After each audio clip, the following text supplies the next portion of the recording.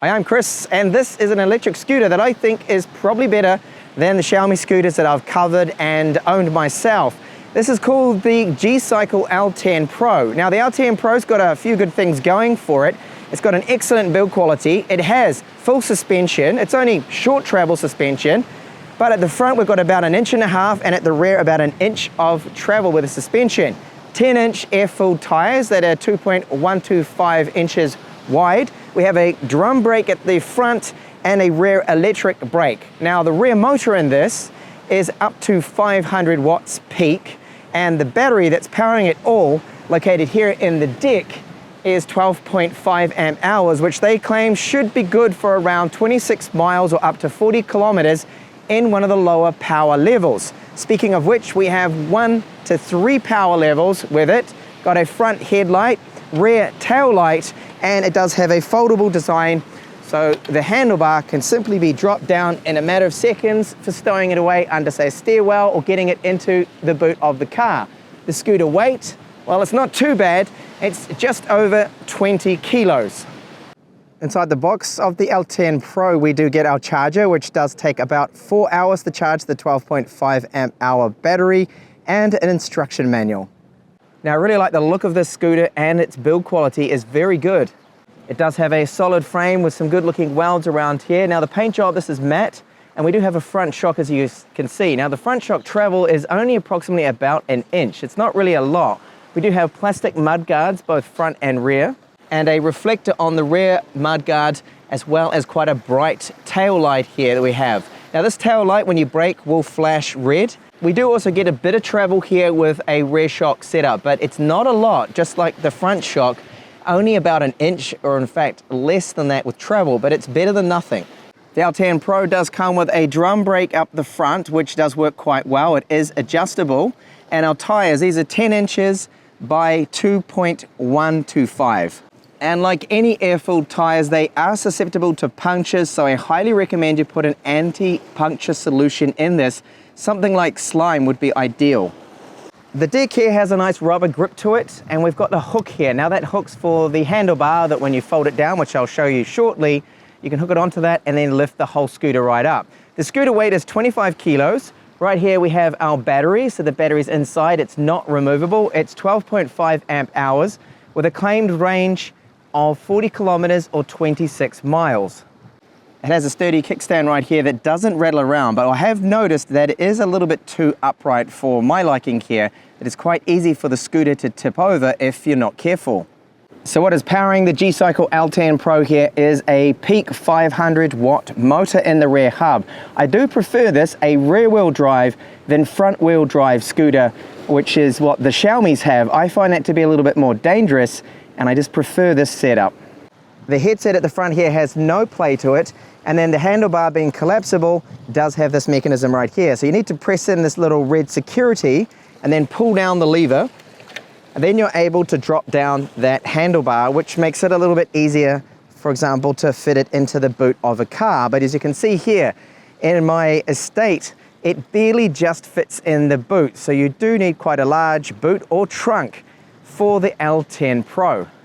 And there's a powerful headlight here in the front, which does light up the path ahead of you. So it's really good for safety. On the left, we've got our brake, and there is a little bell here. Now, this brake is both the mechanical front drum brake and an electronic rear brake. And on the right, the accelerator right here. Now, if you press it just now, that's not going to do anything. You need to kick off first, which is good for safety, so you don't accidentally touch this and have the scooter launch off. The grips that it does have on here, they don't move about, which is good. And we do have a cruise control function with this right here. Battery bar here, so each one of those 5 bars represents 20% battery, and then we have 3 different power levels.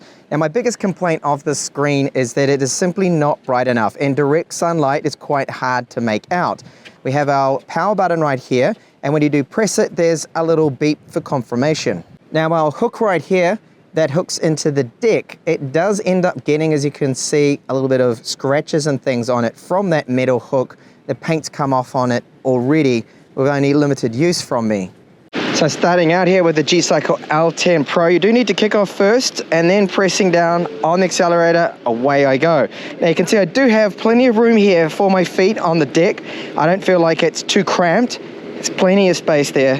For my US size 10 feet, not a problem there at all. Up ahead, I've got a nice test here for the suspension on the front, which really only has about an inch of travel. Now this climbs about 10 degrees. The scooter can handle climbs of up to a 15 degrees slope. And there's a little bit of a rough patch ahead. Now it's not exactly an off-road scooter, but it's handling that actually really well. And the climb, I can feel it slowing down a little bit, but the 500 watt motor there, peak 500 watts, did a really good job of getting me up there, no problem. So a few bumpy bits ahead, but the air-filled tires and the suspension doing a good job.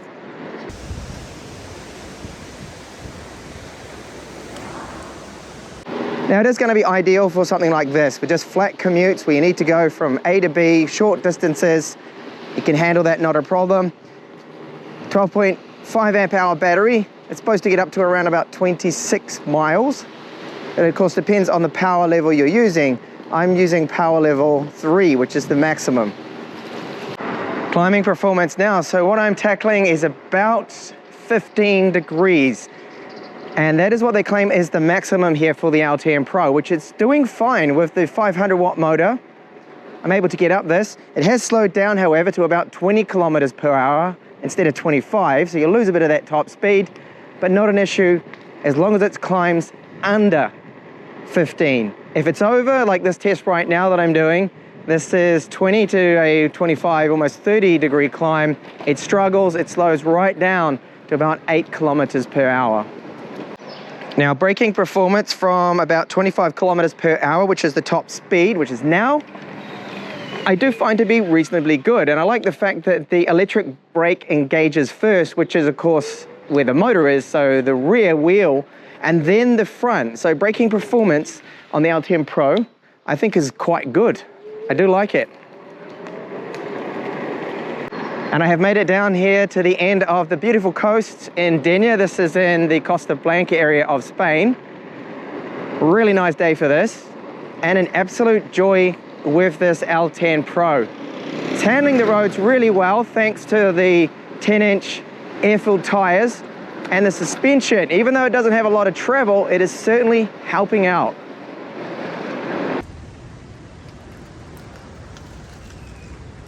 Now to put the suspension and these tires to the test. This is a very bumpy, rocky road here around the coast, and the suspension is doing a little bit. I can certainly hear that front shock working.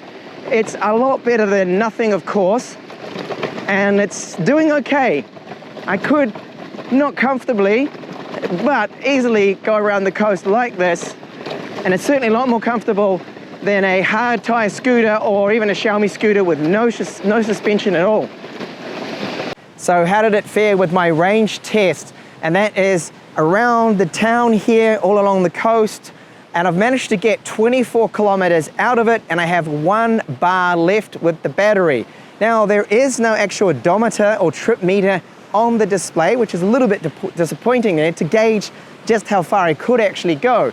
Now I do believe if you don't use the level 3 power level, which I was using all the time, I pretty much just cruised along at 25 kilometers per hour everywhere. I've done some climbs. I do weigh 81 kilos, so if you're lighter and you're not climbing, you're on flat, good roads and good surfaces, you should be able to get, I would say, around 25 to at least 30 kilometers out of this on a single charge, which is a little bit more than what I was getting out of the Xiaomi scooters that are about this size here. And I believe that this scooter here is better than those Xiaomis that I have reviewed. I like the front suspension, rear suspension, even though it's only just a small amount of travel, it actually does a good job to soak up some of those lighter bumps. We have the air-filled tires, which yes, are prone to punctures, so I do recommend putting an anti-puncture solution in them. And because it is rear-wheel drive, I find it safer than the Xiaomis. The Xiaomis have an electric, well, their motor's in the front, and before I've actually had an accident with some smooth surfaces at an angle. They've hit that front wheel while I've been accelerating, and it's slipped and gone like that on me, and you've got less chance of that happening with it being a rear-wheel drive motor, which is excellent. So my complaints with the scooter are very minimal. The display, very hard to see in direct sunlight. I wish it was an OLED display, it would fare a lot better. And then the kickstand, I think it's a little too upright. It's already fallen down on me twice in my time testing it and being careful with it, which is just a small little thing. Other than that, the build quality, the ride, the comfort of it, the power it has with those climbs, 500 watts, I think is excellent. So it is a great scooter, and I personally think this is better than the Xiaomi scooters. Thank you so much for watching my review, and I hope to see you in the next one. Bye for now.